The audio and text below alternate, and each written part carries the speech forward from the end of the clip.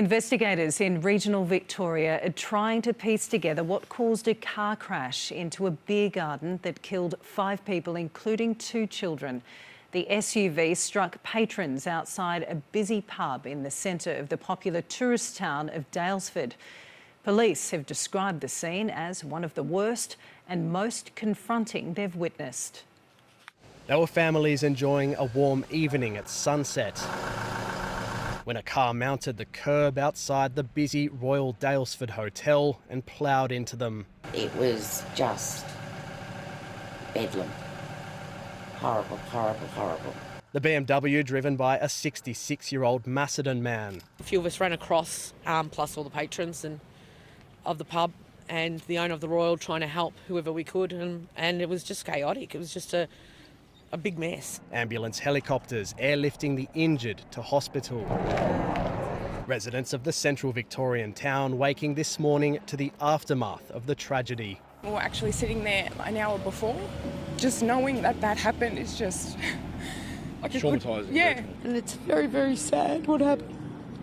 I feel sorry for the families that are involved in this, because they don't have someone coming home to them tonight.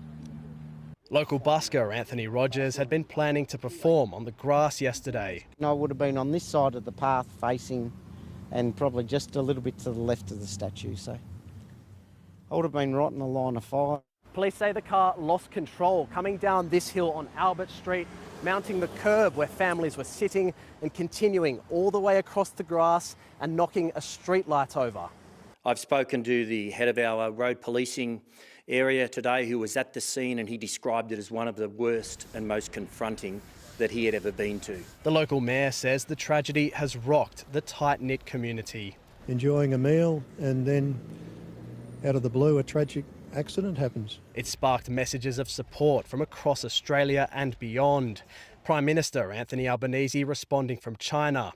We're all shocked by what happened in Daylesford and so deeply saddened for those whose lives were so cruelly cut short. As the intersection reopened, mourners gathered to lay flowers at the scene.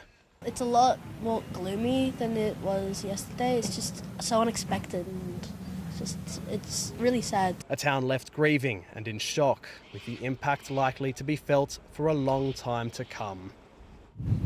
And reporter Tyus O'Cusey joins us now from a community vigil in Daylesford. Good evening, Tyus. How is the community responding there?